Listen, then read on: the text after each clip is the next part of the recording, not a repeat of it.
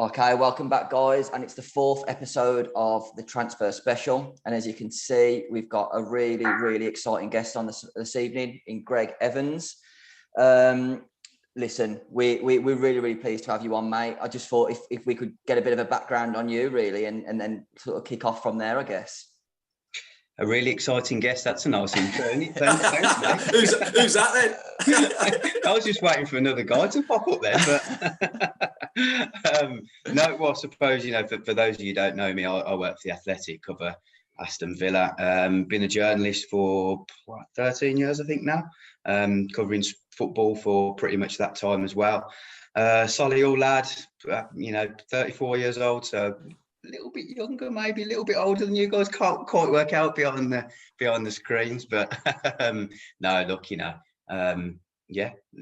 love what I do, and it's been good moving over to the Athletic in 2019. Yeah, and I mean, generally, do you love the transfer windows coming up? Is it that your busiest period? And yes, yeah, it's hit and miss really. I think, look, I'm not going to come on here and pretend to know everything, all the ins and outs of the transfer market and exactly what Aston Villa are planning to do this summer, because as you guys will know, and some of your listeners, Villa run a very tight ship these days, and they like to keep a lot of their business in house. Some of the moves that Villa make we don't hear about until quite late in the day. I suppose what I would say from the Athletic's point of view is that we were, right on top of the Emi Buendia move, obviously there with Ashley Young as well when he signed, and we've been leading the way with the pursuit of Emile Smith-Rowe. So, couple more maybe ins and outs for Villa, and the transfer window is good fun. I think supporters all want to know about who's coming in and who's coming out of their club, and there's always a lot to talk about. It's interesting really, because I talk to journalists in other countries and it's not quite as hyped up over there. I think Italy goes a little bit crazy, but if you spend time with journalists in Spain and Portugal, and the transfer window just is the transfer window. When players sign, the newspapers report it, and that's it. But in England, it just seems so overhyped, and I think Sky Sports played a big part in that, didn't they, with hyping it up on transfer deadline day with the yellow tie. Yeah. So it's kind of taken on a whole new world, hasn't it, in journalism, football? Yeah, I mean, I've got a bit of a question, and it's something that I think it was Soccer AM actually did it. Their sort of Twitter page, if you like, when they were reporting about Jack potentially going to City, it was Jack in a City shirt. But then the following day, when it was Villa were talking about extending his contract, it was like it was almost like, those like Sky Sports, they're almost trying to sell to the top six all the time. Do you find that yourself, or? Covering Aston Villa, not so much really, because a lot of my work is focused around obviously Villa or England at the moment. So, all my work is trying to focus around trying to be as positive as I can about Villa, really. So, no, I don't like it when Villa players are linked with the top six as well, because, what is the top six these days? It feels more like a top three, top four, doesn't it? How do you define the top six now? Because for me, Arsenal aren't a top six team anymore. Do you think the owners want top six, mate? Definitely, the forthcoming season. I think obviously they would like it. If Villa finished top six, that would be another tick, in one of the boxes. But I don't think the expectation and the pressure on Dean Smith to deliver a top six finish is there yet. I think if they can improve on the finish of last season and get closer to those European spots, then that will be recognised as progress and achievement. And then I think you're probably looking at the following season, then you've got to be getting into the top six if, things are going in the same direction. But it's just so hard, isn't it? Because there's so many teams that are progressing now. It feels like Villa are in a really good position. But think how bad of a season the likes of Tottenham and Arsenal had last season. They still finished above Villa. It just shows that it's so hard to break into that, elite almost. What's your very quickly, mate? What's your understanding of financial fair play then? Because I'm lost to it already. Yeah, so I'm shirking responsibility here, but I'll push you to I'll push you to an article that a colleague of mine wrote, Matt Slater, on The Athletic, and it explains fully the situation where we're at now. My understanding is that it's a little bit relaxed at the moment because of COVID and the fact that clubs have lost millions in revenue. So it's a little bit relaxed, but there's a new cycle coming on. And it will be taken into account with COVID. So, but yeah, for a much more accurate understanding of it, go and read that article because it will fill you in with everything. Yeah, I mean, there was actually rumours that, I don't know whether he was just a bit of a chancer on Twitter, but there was sort of like talkings that he was getting completely abolished. Is that false then, is it? I don't know the answer to that, but I expect it will still be there because it's what, you know, the governing bodies wanted. They wanted to take away the clubs that were going completely bankrupt by overspending, and taking away that competitive advantage from clubs who were just willing to spend and others that weren't. So I know that it was frustrating for I remember speaking to the previous regime before NSWA, and they were quite frustrated with FFP because Tony Shah at the time wanted to come in and spend lots of money to get Villa back up into the Premier League. I know the guys in charge now want to do the same. So it's a frustrating thing for clubs with a lot of ambition. I think the thing with financial fair play, Greg, and you'll confirm this if I'm correct or not, but COVID's kind of replaced all of the things that financial fair play disallowed any club to do, really. Because, like you say, there's this discrepancy and this huge divide between teams that are on the edge quite often, season in, season out, and really need that revenue to make ends meet. And then you've got the big clubs at the other end who have financially a lot of stability and a lot of solidity. So I guess COVID's replaced it, which is maybe why the financial fair play in what you've just said there has been released a little bit. I can't get my head around now, mate. So say Villa spent X amount of money, right? Will that catch up with us in years to come, Greg, for financial fair play? Yeah, so look, there's a certain amount of money that you can spend that you can lose each year. I believe it's £39 million a year. I think I'll have to just check my figures on that. But so, look, for example, if Villa sell Jack Grealish for £100 million, that's £100 million profit because they haven't paid any money for him. He's come through the academy, and he's been sold on for £100 million profit. So if at some point he goes, that will completely open up it will just make it a lot easier to balance the books. The key for Villa is to increase their revenue streams. So, for example, they need to start getting better sponsorship deals, and they need to start earning more from the hospitality packages at Villa. All the little things, they all add up. And then the more money you earn, the more money you can then spend, and then in turn, the more money you can lose, if you get what I mean. Like what Villa are trying to do there, they've strengthened their squad significantly since getting promoted into the Premier League. They've reduced the average age of the team, and they've increased the value of their players. I mean, look, if we go through that team now, take away a couple, maybe Trezeguet, obviously Samatta didn't work. Louise has maybe evened out a little bit. But if you go through the majority of those players, they're all worth more than when they sign now.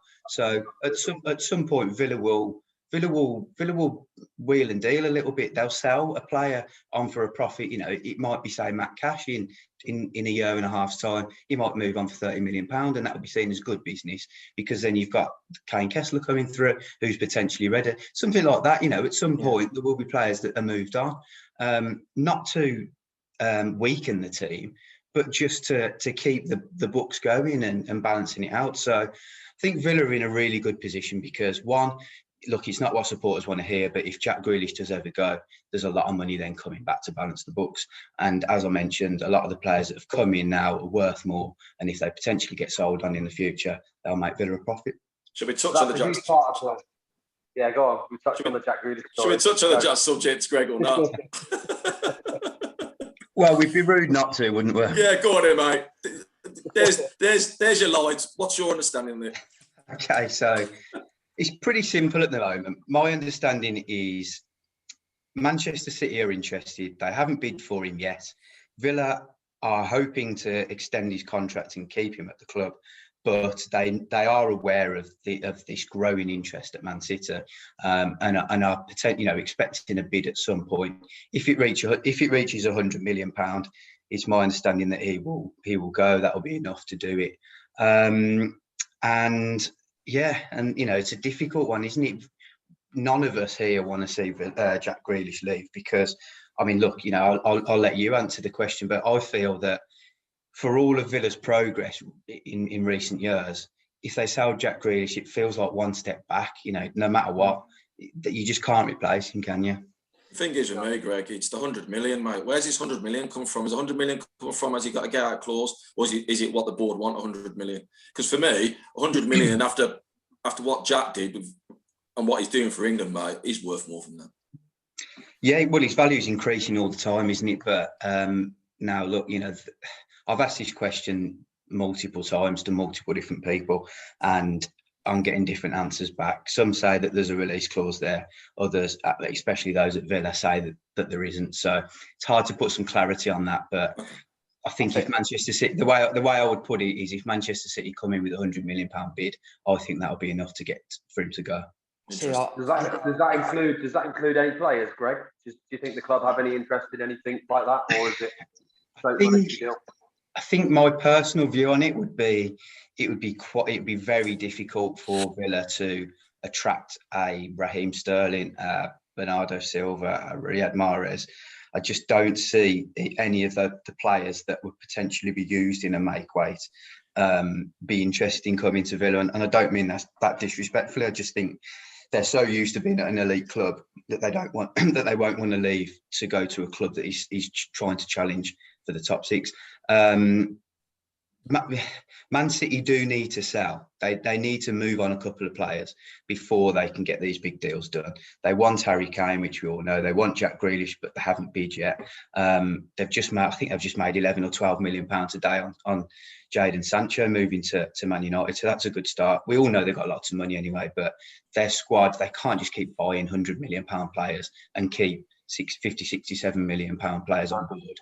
They need to get rid of some of them. I mean, as well, on top of that is that, again, you might tell me differently and it might be a bit of a chess match, but surely if they've actually physically bid for Kane right now, that kind of suggests that that's the priority.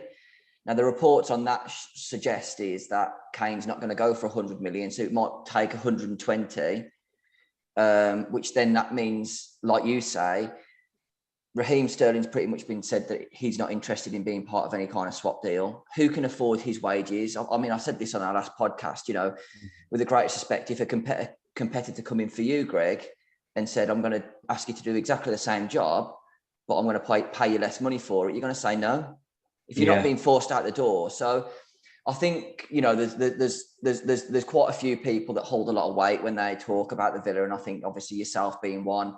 I think that I don't know how to say his name, Fabrizio Romano, is obviously quite hot on most transfers, and he's saying the same sort of thing, that it's complicated to do both. I mean, what's your thoughts? Do you think that Kane is the priority, or do you just think it's whichever one they can get the easiest? Yeah, Man City want to do both in an ideal world. I think they've gone for Kane because they know how difficult it's going to be. Notoriously, it's so hard to deal with Daniel Levy. Anybody in football knows that. Yeah, Tottenham have just appointed a new manager, and again, it's my understanding that Kane won't leave without Nuno's blessing now. So, there's another layer of complexity added to that. Look, it's as simple as Tottenham don't want to let him go. They want a certain amount of money for him if he does go. I think Man City might need to get to around the £150 million mark. That's what a lot of contacts in football are telling me. The worrying thing with Grealish, and again, I don't want to speculate too much because Villa are denying that there's a release clause there. But deep down, if Manchester City do know that there's a release clause, it's a much easier deal to put together, isn't it? Yeah. £100 million, there's your money, bang. You know what, the thing with that as well, Greg, and you know yourself, mate, commercially then, if Man City get Kane and Jack, the 100 million's paid for itself within 2 or 3 years. The commercial revenue, that, my understanding is, for how many shirts Jack sold for England at the moment, with that number 7 on the back, commercially, it's a gold mine. So for 100 million, for me, he's a snip for Man City for what they're going to get back in years to come, as a commercial machine. Yeah. I listened to your last podcast, and you made a similar point, didn't you? Sorry about that. Yeah, look, you're right. You know, there's going to be lots of people interested in those shirts, and you know, Jack, as we know, really good-looking lad. He's going to be he'd be a poster boy. Not me. Club is that, isn't it? Not me and you, innit? Not me and you. Come on. We're well past it now. I'll give him a run. No, mate, I'm well past it, mate. I'll tell you what, I was a horse. I'll be put down at the moment, I'm telling you. Yeah. I'd be long gone as well. If we can, Greg, just quickly summarise on Jack. For me, my opinion is that this is probably the last time now that Jack might just get this big move. If that's what he wants, and he wants to go and achieve big things. You know, he's not the youngest of lads, but he's not the oldest either. But he's kind of in that midst of his career now, whereby he's attracted a hell of a lot of attention. He's doing wonderful things on the pitch.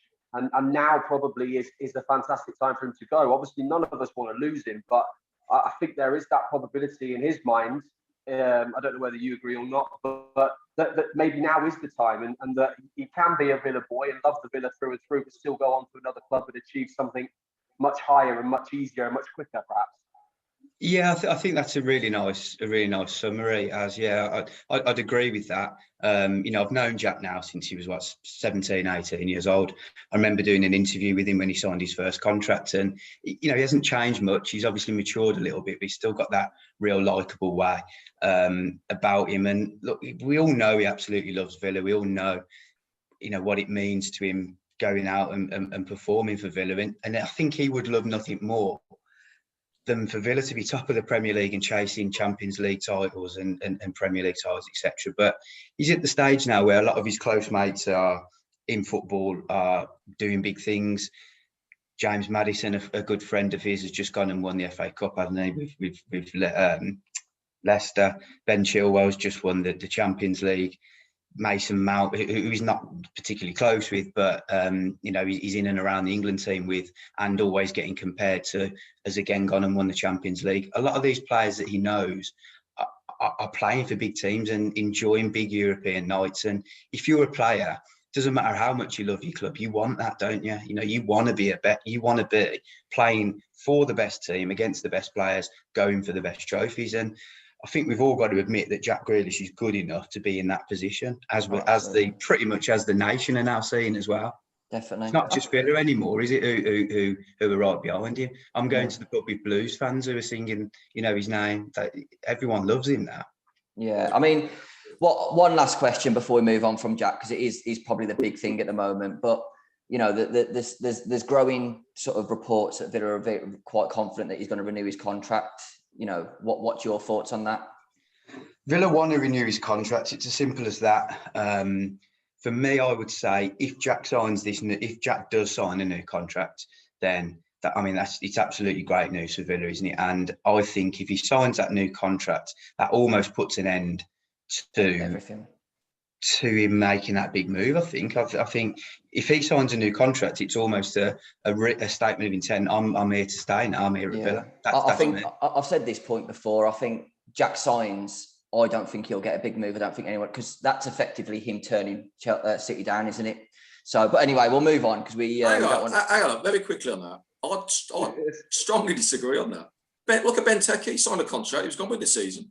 No, but listen, Jack's been bounced around the newspaper and been tried to be sold off. I mean, he's been.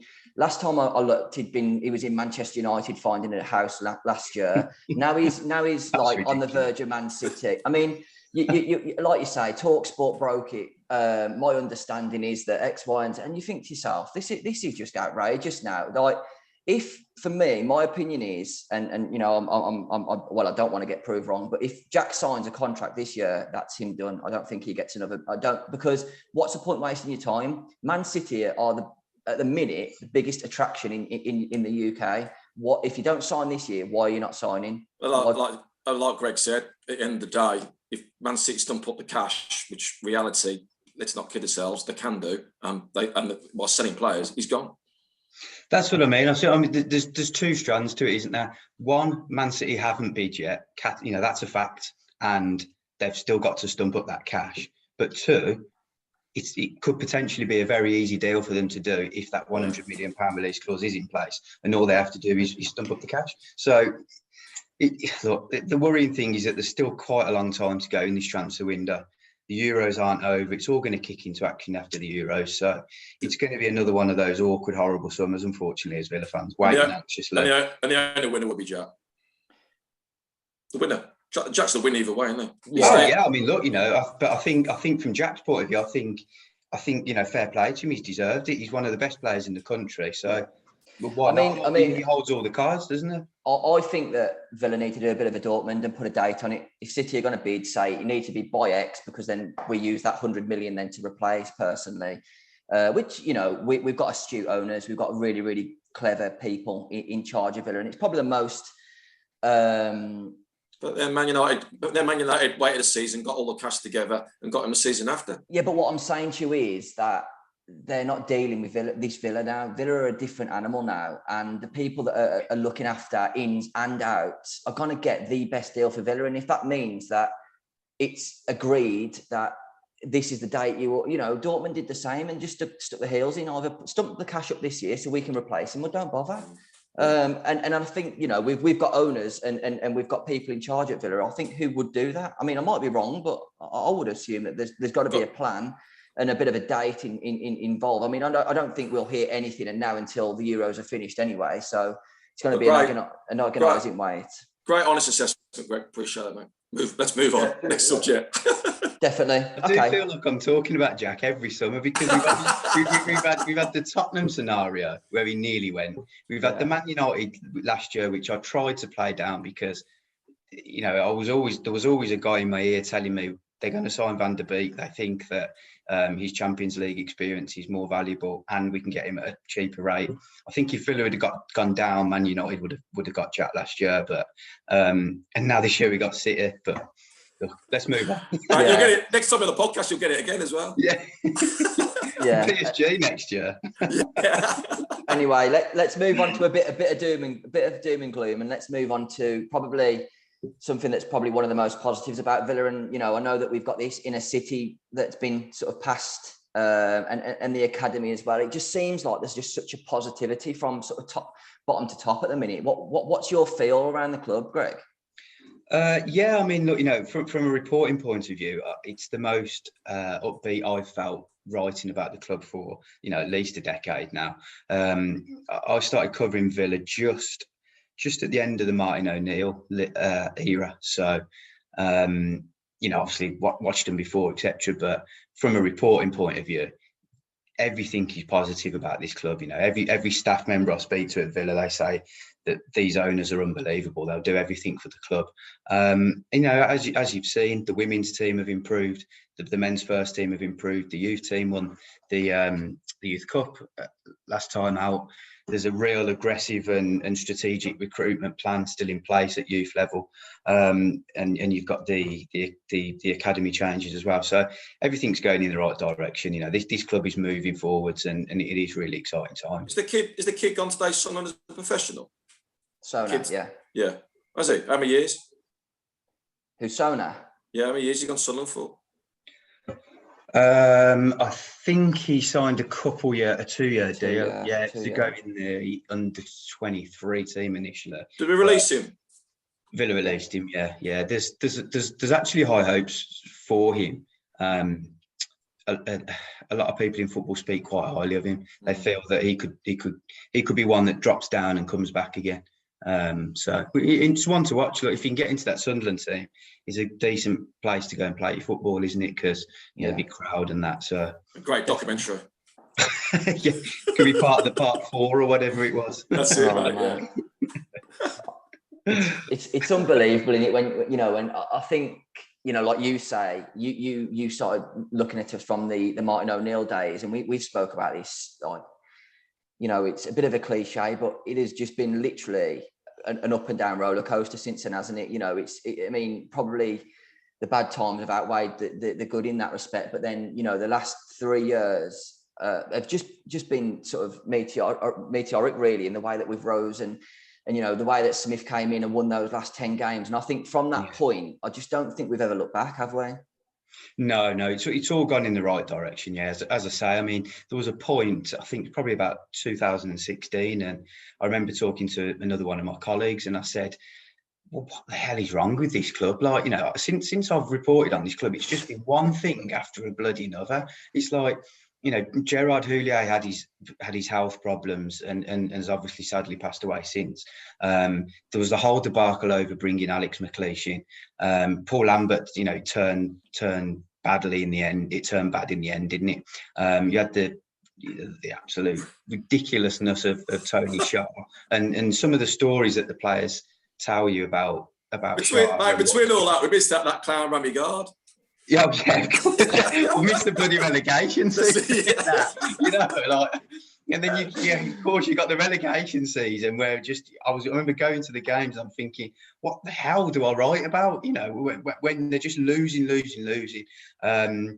And then the playoff final, they lost at Fulham, and I just thought there's something wrong here. But it's from your point of view, Greg, it's brilliant now because you can write positive and you get, and it's good, and it's good, you know, positive vibes bring positive things. So from your point of view, it's brilliant writing about the Villa at the moment. It's really enjoyable. Yeah, I love the playoff campaign. The one where they went on the record-breaking run. That was brilliant. First year back in the Premier League was a little bit tough at times, but obviously ended great. And last year it was just it was just such a relief to go to games and be able to write positive stories. And obviously, as you've seen, you know, as subscribers at The Athletic, if you do, then £1 a month. We don't necessarily do. We don't necessarily do match reports, so it's not like a blow for blow sort of report on a Monday. We try and pick a talking point and just go a bit more into detail on that. So last season, all the talking points I'm looking at are really positive. So yeah, it's been good. So with this regime now, then, mate, going into the transfer window, we've got 2 players. What do you reckon? How many more? I reckon they were looking at 2 more players to come in and, you know, fit straight into the first team. Number 10 is a priority, and I think they'll look at a defensive midfielder as well. I think that you've got to think probably need another defender as backup, another centre half. Maybe they might look at another goalkeeper because Heaton's gone, and I think a striker is one that Dean Smith would like, but definitely not a priority. If they don't get the number 10 that they're after, and we all know it's Smith Rowe that they want, if they don't get the number 10 they're after, they might move for a striker then instead, and that could potentially free up Keenan Davies to go on loan. Is there scope, Greg, for the defensive player at the back, the centre back, being a loan deal, perhaps someone of Axel Tuanzebe's ilk, something like that, end of window? I mean, look, it sounds good, doesn't it? You'd love to think, oh yeah, get Tuanzebe back.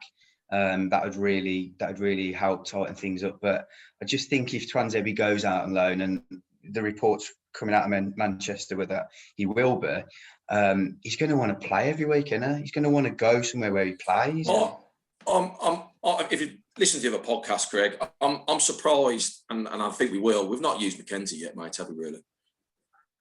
We're not used Rob McKenzie at the moment, have we? Oh, right, sorry, no.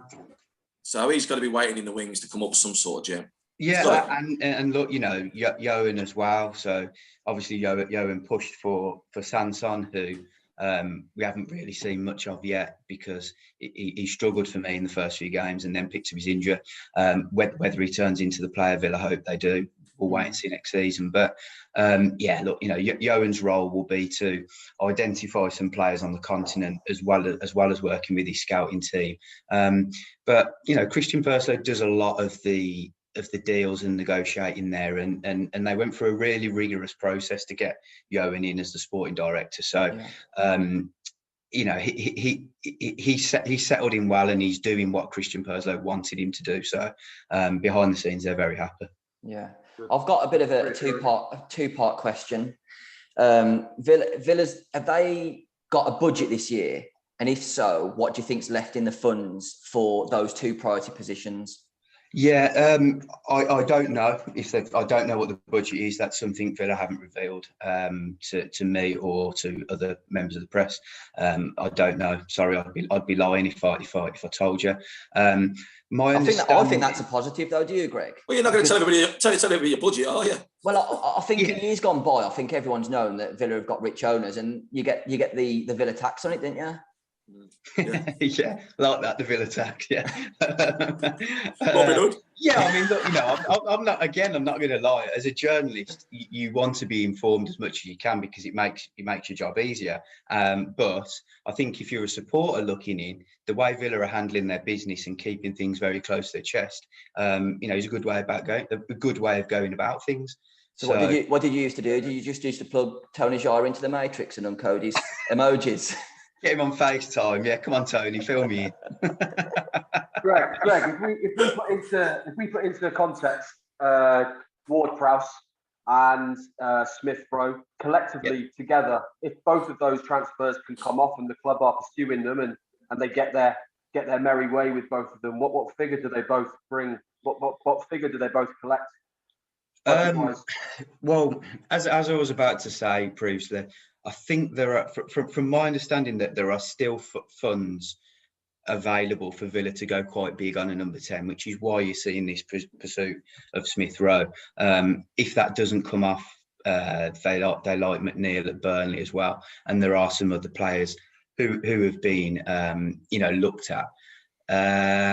Ward-Prowse, again, it is another player who Villa are interested in, but I'm not sure if that deal comes off unless Grealish goes. Now, it's a bit complicated, a bit complex to explain why I'm saying that, but I just think that might be one maybe that comes later in the window if they do that.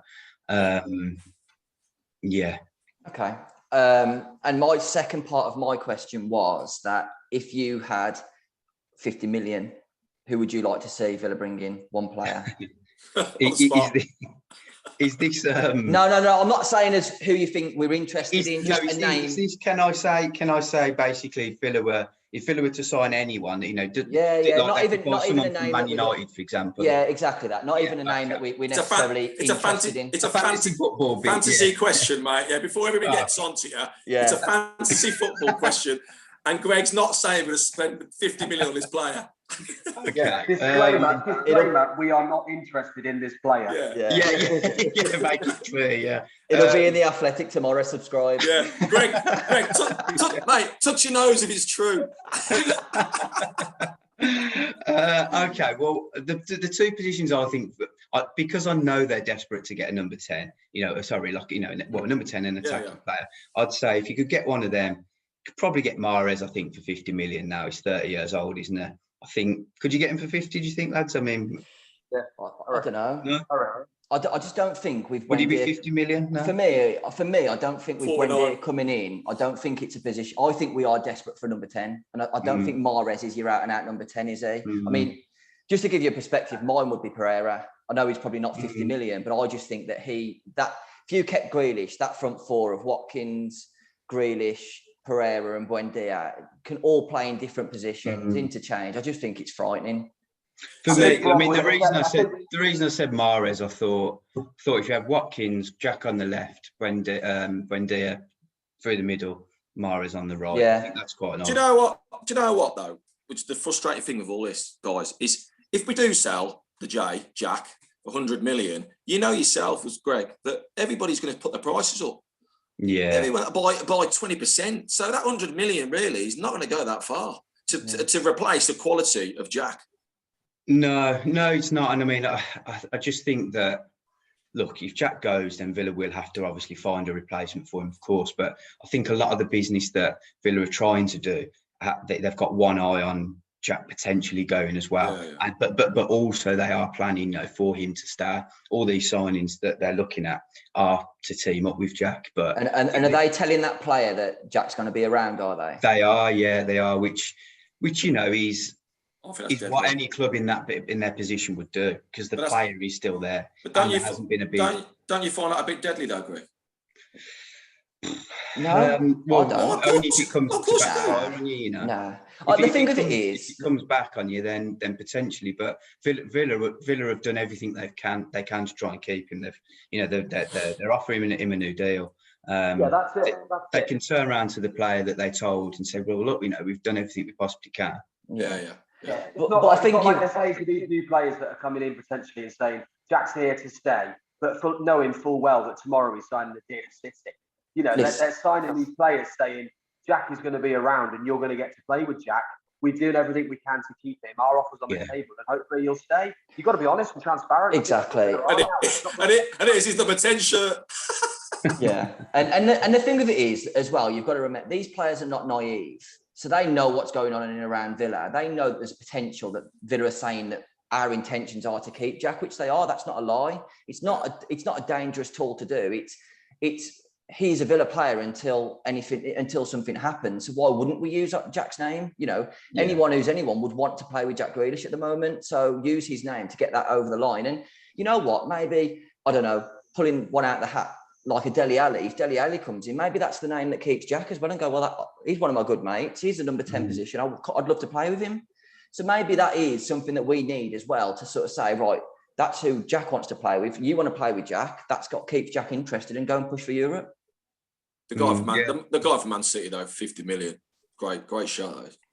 And if I was good to go with a defensive midfielder as well, I quite like Højbjerg. I think he'd be good. I think Villa maybe need a taller player, because for me, I think Villa needs someone who's got a mixture of Nakamba and Luiz in them, but then also a little bit taller.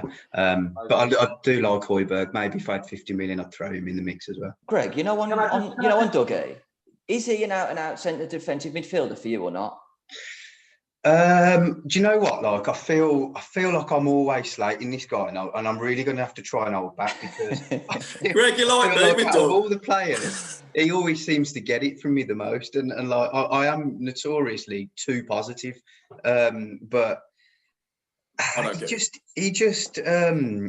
he just isn't quite what I expect. There's just something missing. I feel like either he needs somebody really defensive alongside him, because McGinn isn't quite that defensive-minded player, or he just needs to be pushed up field further and just said, look, go and carry the ball like you can do well. Go and spray the passes out like you can do, but we're not going to ask you to defend anymore, because that's not his strength.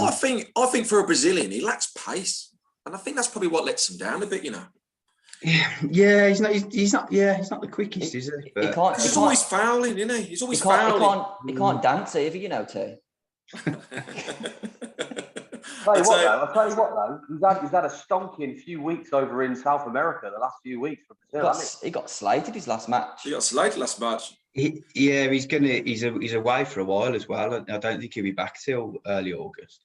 And that's what worries me a bit. That's what worries me a bit as well, Greg, because you've got Dougie that's going to be away with the Olympics, and then you've got Marv who's going to be away with AFCON. So but listen, we could speak about that for a while, but I think it'd be only right to sort of touch on the on England performances, chances of going all the way, and let's touch on what you think of the Villa impact on it as well. So I think, what have you thought of England so far?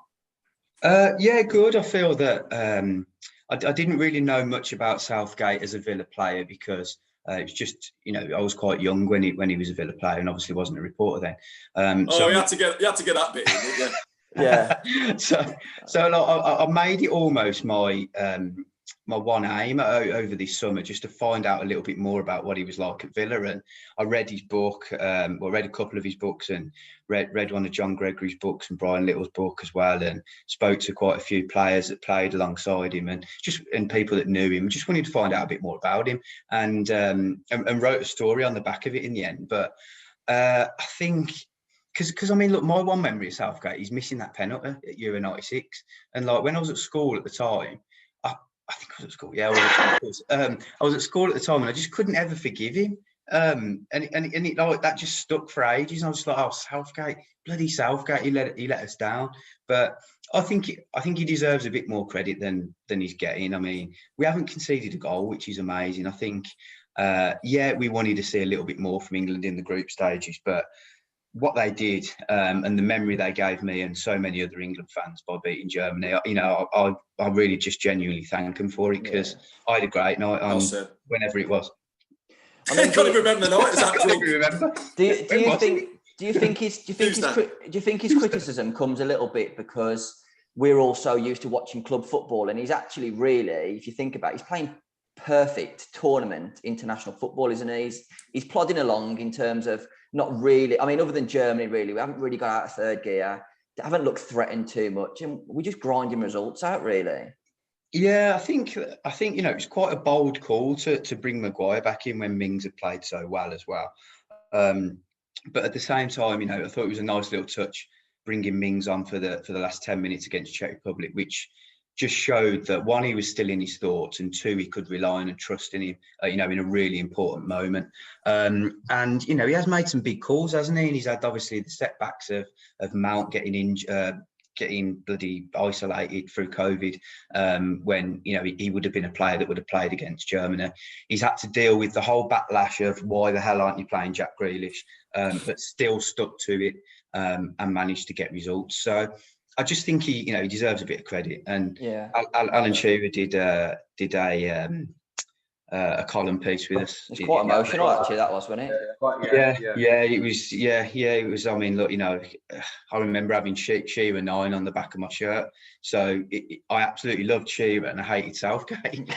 So reading those two just brought it home to me that you just got to move on. And he's doing a good job for me. Yeah. I think, if you don't mind, Drew, I'll just quickly touch on Southgate just before we finish, because I'm always the one that talks about the psychology and stuff on here, Greg, because I'm the psychological man. I think Gareth Southgate brings an incredible people's person, mentorshipy kind of role, doesn't he? Because what we're seeing, I think, with the players is that regardless of whether they're playing or not or starting games, they all love him. They all love Gareth. They all have a lot of respect for him. They all kind of adhere to what he says. They respect his values, what his views are, why he's picking the team he's picking, why they're playing the roles they're playing. And I think that's really important. So it's not all just about what's happening on the field. It's actually what's about happening behind the scenes as well, the training pitch in the changing room.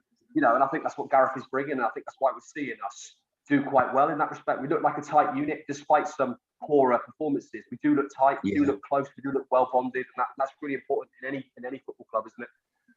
Definitely, yeah. He's got a really nice way about him. He's so friendly and polite, and he has lots of little one-to-one chats with the players, which they appreciate. And he kind of knows how to manage individuals. He knows that you go and you go and have a chat to Phil Foden when he's training in the gym, or when he's doing a little one-on-one session with very similar to Dino, isn't it? Very similar to Dino.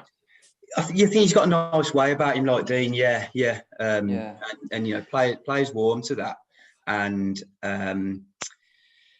his assistant Steve Holland's completely different. So Steve Holland is the one that sets up the training sessions, and he's a little bit like because he worked at Chelsea under Jose Mourinho.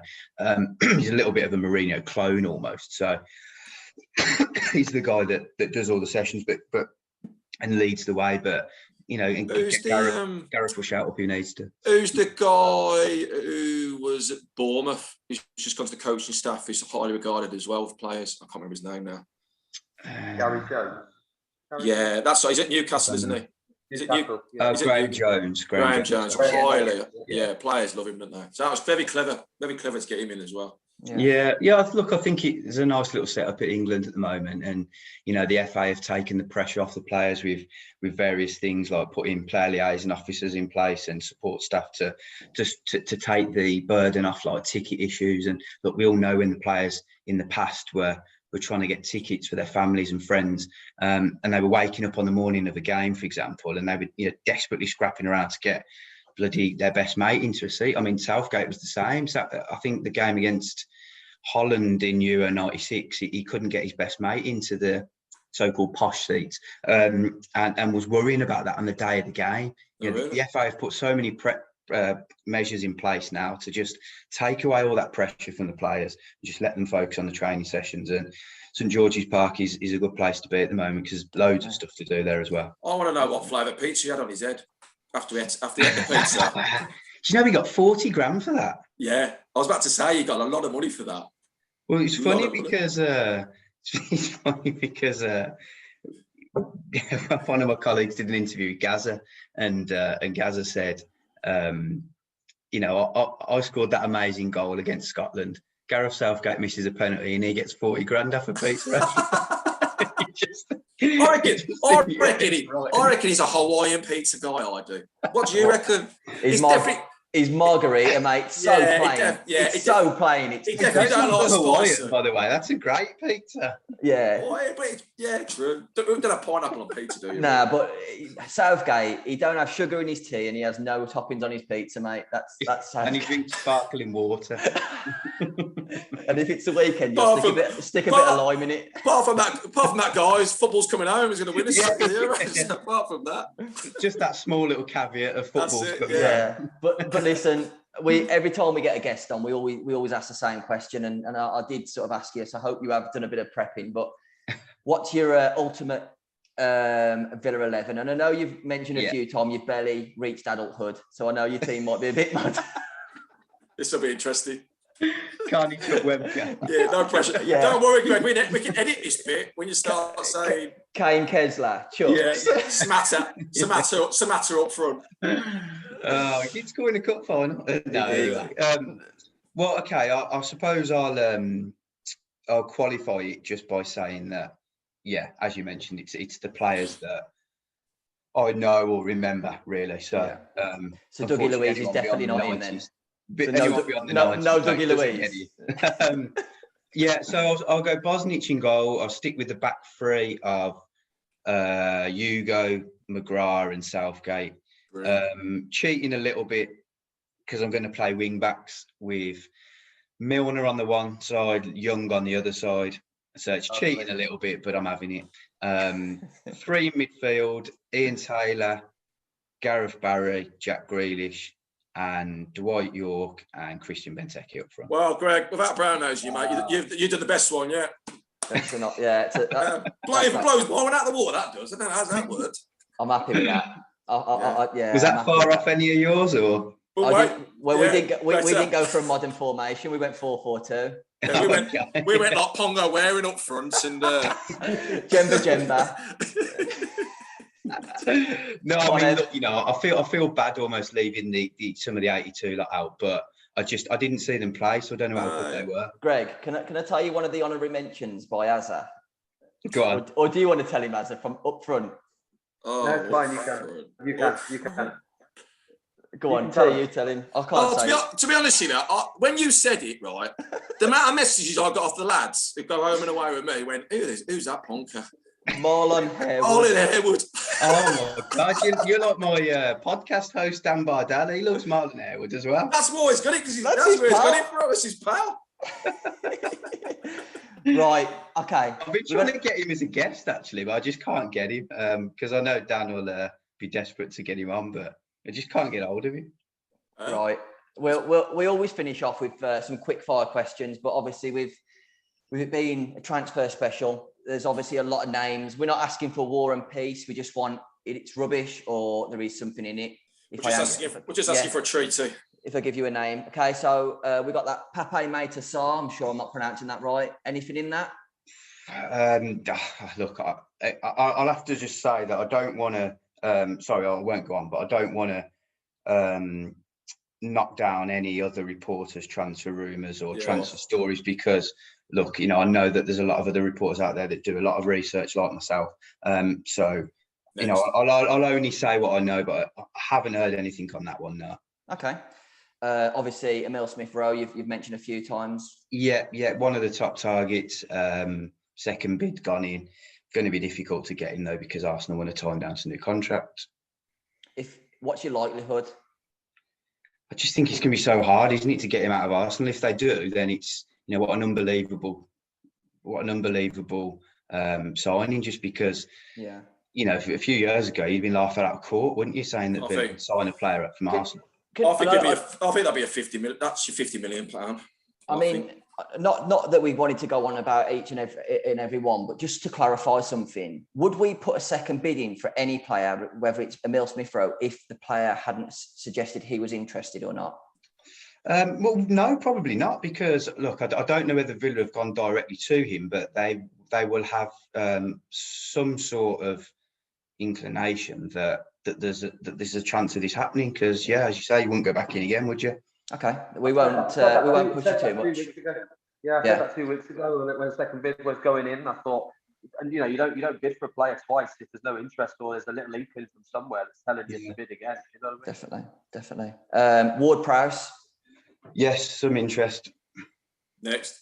Romeo. I don't know. I've seen that report in the Telegraph. I know that the Telegraph staff are very well connected, so there must be some interest there. Yeah. Tammy. Dean Smith likes him as a player. Villa would look to do a deal potentially at a much lower price than the £40 million. Chelsea are asking. Absolutely no way he gets bought at that price. Can I ask, is that the one that you would think if we don't get our top number 10 target, you say that we might go for another striker? Is that what you see might happen? Not particularly. He's just not on the radar at the moment. It's not. Okay. There's nothing like imminent. It's just not there at the moment. Okay. Campbell. Who, sorry? Campbell. Todd Campbell. Again, I've seen that in the Telegraph, so I can only presume that there has been some interest, but nothing that I'm aware of. Probably going to be the same answer on Harry Winks.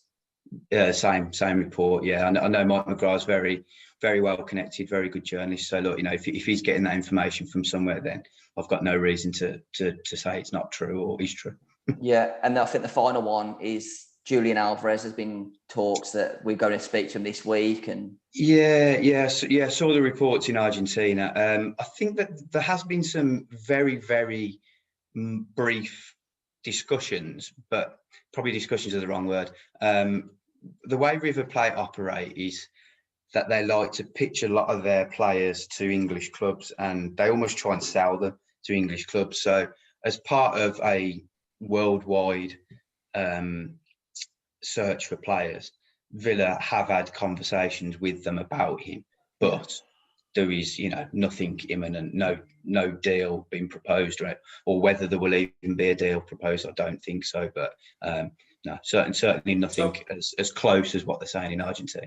So to recap, mate, because it's a transfer special, and we really don't want to put you on the line.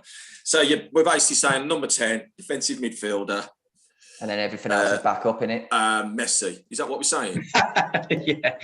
No, I think, look, on a serious note, I think they want a number 10 priority. Number 10 priority. They'd like a defensive midfielder. Obviously, Dean Smith would like another striker at some point, but that's not a priority. And I presume I think we all agree that they're going to have to get another body in at centre back, aren't they, just as cover? So that's probably what we look at. And then there might be one player one or two that go out. Conor Hourihane maybe. There has been some interest in Luiz from Roma, but Villa's thoughts are that he's going to stay now. Whether that changes or not, we'll see. Is it true as well about pre-season, mate? We're going to wait till after 19th of July to line up the games? Yeah, I'm not sure. I think there are some plans in place, but they haven't been revealed to me. I don't know. I think there's two local teams. A couple of local teams, yeah. I think within a 1 hour radius, so I'll let you work that one out yourself. But we'll see. But Pelsall Villa, that's who we're playing. Pelsall Villa. You used to play for them, didn't you, Drew? No, not me, mate. Well, too good for you. Well, come on, mate.